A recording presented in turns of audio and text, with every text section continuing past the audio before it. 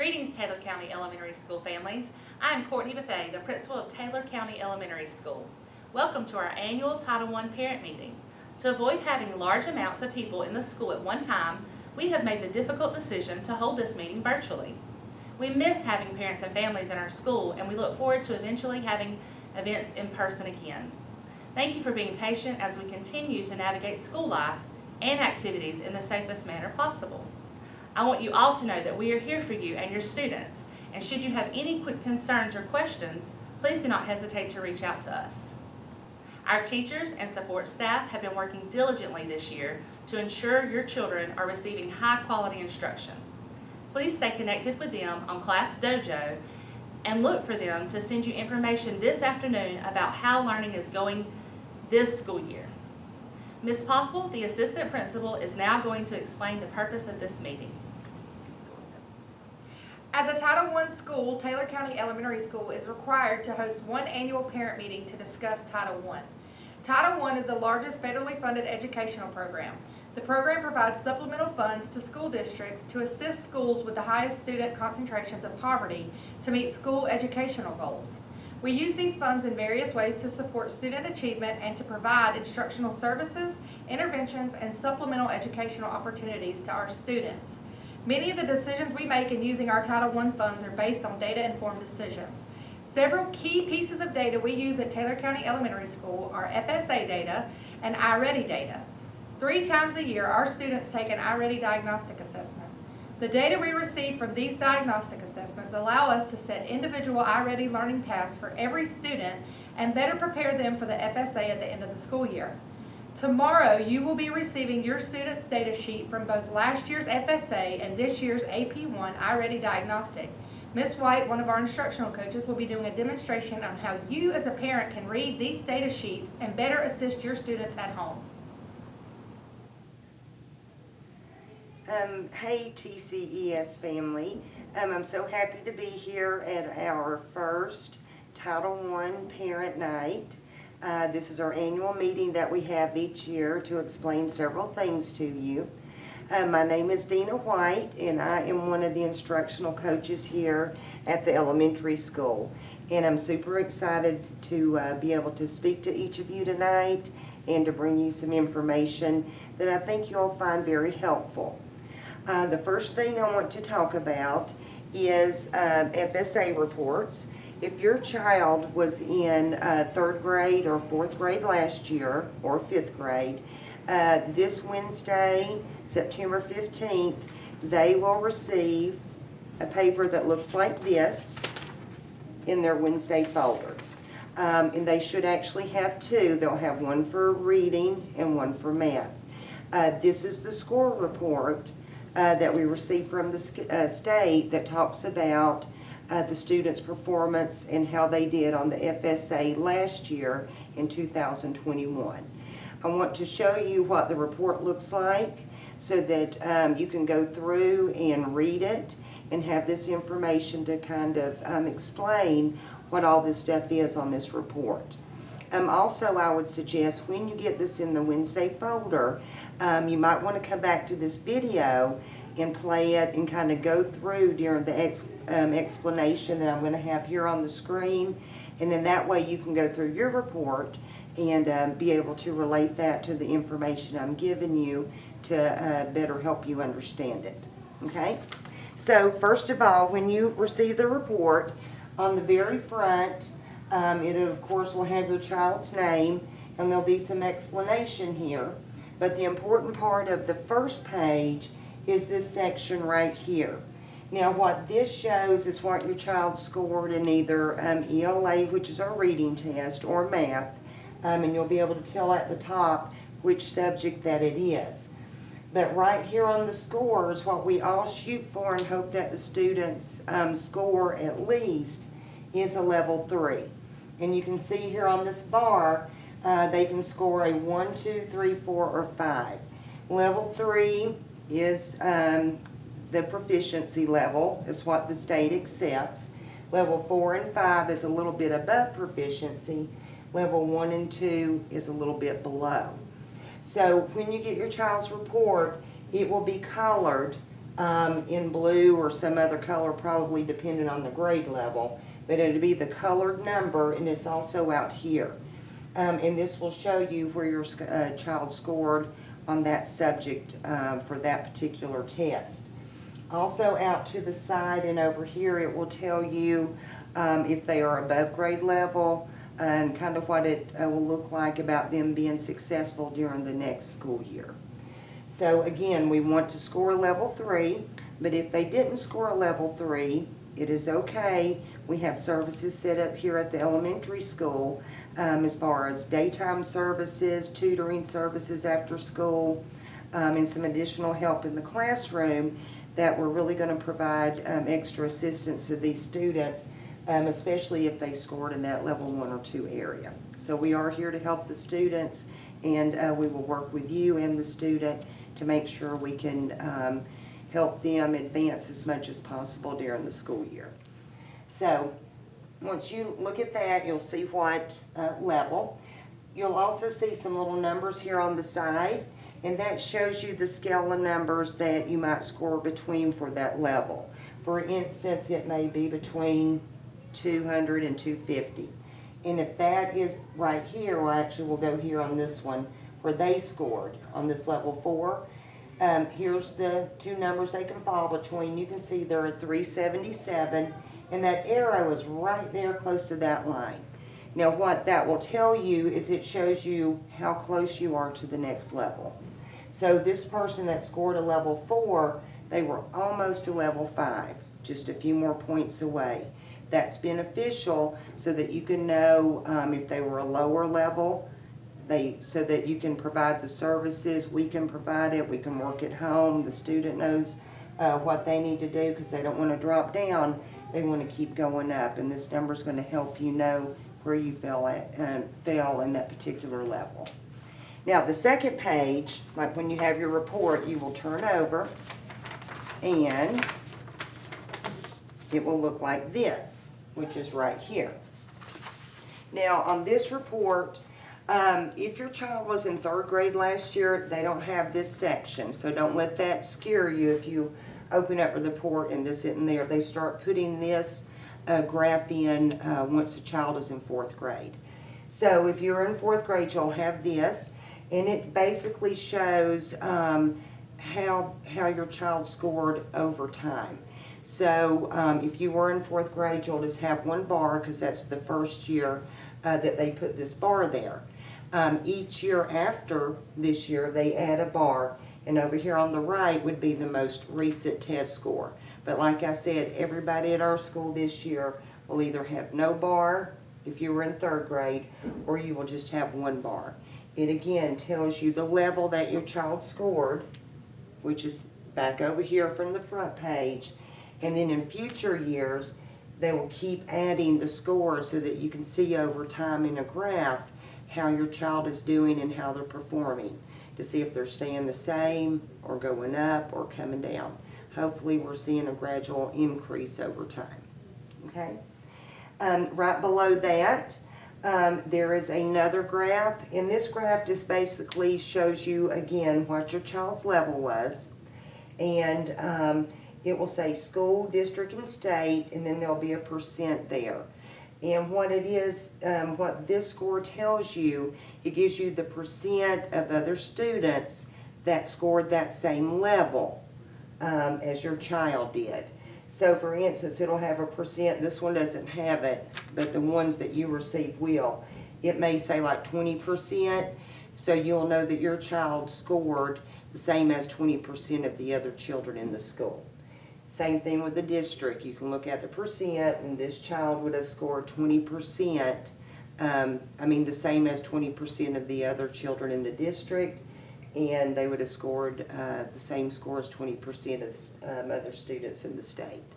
Now this example that we received from the State Department of Education, they have 20% in all of these, but when you see your graph, I can assure you these numbers will be different. It's just to show you how your child scored and how many other children scored the same level as your child. So your 3rd page will look like this. Now, this is your child's scores again, but it's shown differently. it is broken down by skills that they were tested on. So what you will see is a description of the skill, always at the top, what area it is in on the side, whether it's reading or math, and what skill it is. And then over to the right, it shows you the total number of points. And then this first column will show you the points that your child actually earned. I wish they would have used different numbers here because it looks like they've earned all the points you could. But realistically, if this was 99, this might be a 75. That way you would tell from your report right here, for instance, this child, 11 and 16. So they scored 11 out of 16, which shows that they did pretty okay on that area. And then you could actually look in on your child's and see here 5 out of 10. This might be an area you want to work in because they did not score as high as what they would if they didn't score as close to 10 as what we might want them to score. So that is basically what this means. It shows you how many points were available and how many points your child actually scored in these particular areas that we were tested on. Okay. And then finally, the back page. And on the back page is right here.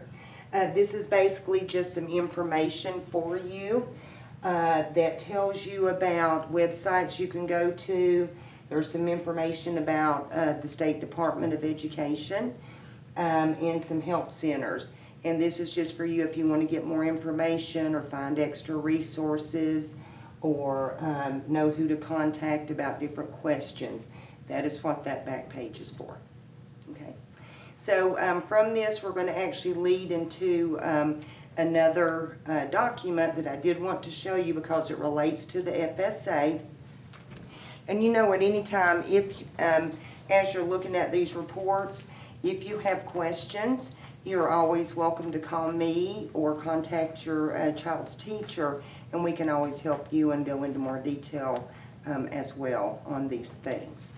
Now the next item is there is a scholarship for certain students, and the reason we're putting it here with the FSA is that students qualify for this scholarship based on what they scored on the FSA. So basically, it is called Step Up Scholarships for Struggling Readers. If your child scored a level 1 or 2 on last year's FSA, these reports are getting ready to get on Wednesday, they qualify for this scholarship. This is just the information here, and basically what the scholarship entails is that level 1 and 2 in reading, you can qualify up to a $500 scholarship. And what that means is if you pay for additional services for your child, whether it's after-school tutoring, a private tutor, there's instructional materials. I know there's some things with technology like laptops or desktops. There's several things covered. If you have paid for those types of services, then you can apply for this scholarship and be reimbursed up to $500. Now, any student at our school that qualifies for this scholarship, I will send you a pink paper that looks just like this. It's the same sheet that we have here. It will have your child's name and the homeroom teacher. All the instructions are here. It tells you who is eligible, what the scholarship is and how much it is, and then actually how to apply. It has the website to go to. It tells you once you click on this website to go down to the Reading Scholarship accounts and click on Apply. Then you're going to complete your application. And then while completing your application, this is real important. You may not have to submit this FSA reading report, but once it goes through, in order to receive the funding, they're going to ask you to submit this. So please make sure you keep up with all your reports, but especially this reading report, because it could come in handy, especially if you need this scholarship. Okay. So that is what this first section of the presentation is, the FSA, how to read the report, also the Step Up Scholarship. for students that scored a level 1 or 2 in reading last year. There is also another group of students that qualify for this. Any ELL student, English language learner, that is in some special type of program at the school, they can apply and receive this scholarship as well. Remember, if you have more questions, please contact the school. You can contact me, Dina White, or your child's teacher. Welcome back to our Title I annual parent meeting. I have a little bit more information for you, and it is also relating to some other test data. Now, as you guys know, like I talked about before, we do have the FSA data that's coming home tomorrow night, which is Wednesday, September the 15th. In addition to that set of test scores, you're also going to receive your child's first already diagnostic test. It's going to look on a paper like this. And here's an example of the main part of this sheet we have up here on the board. Now, the already we give several times a year, and that helps us gauge the actual grade level that your child's working on. And the lessons in already will be tailored to the specific independent level that your child can work on by himself or herself without a lot of extra instruction. Then we go back and we provide the instruction to help enhance and promote these lessons they're doing on already. But the diagnostic gives us a good starting point on how the child is performing at the beginning of the year. And then we'll look at it more as the year goes on.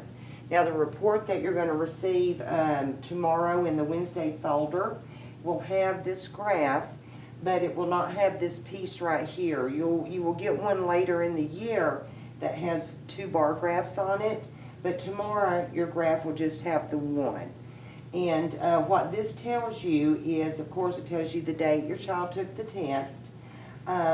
It tells you the grade level that they scored, and then there's a number here. This is like a scale score number, but the important thing that you're going to want to know is right here the grade level they scored.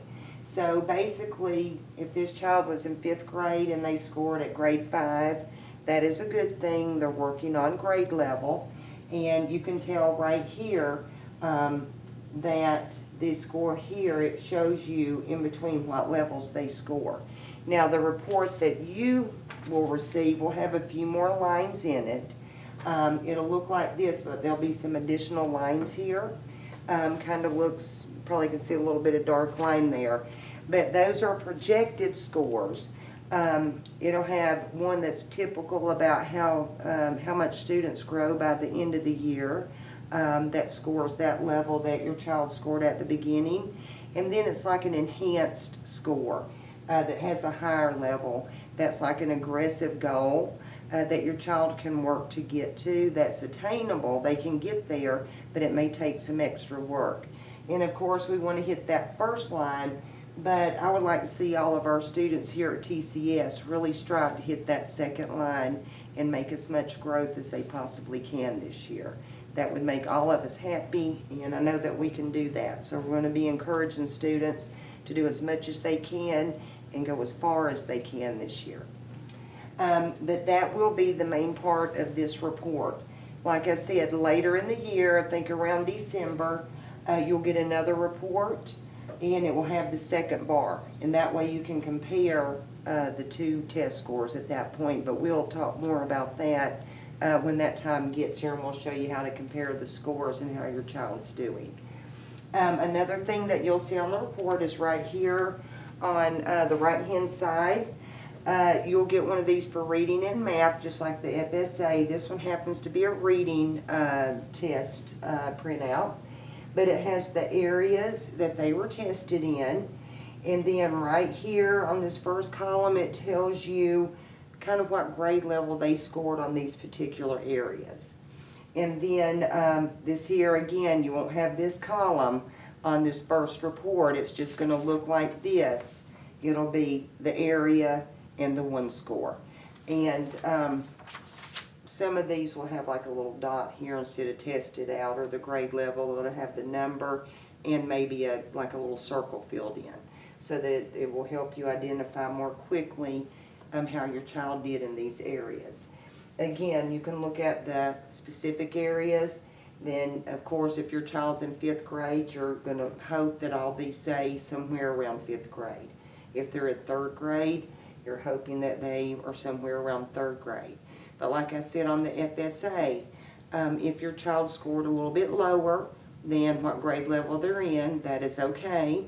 We're here to work with them, and we know we're going to make gains this year. We have all kind of intervention programs, the scholarship that I talked about, after school tutoring, just all kind of really good instruction going on in the classroom.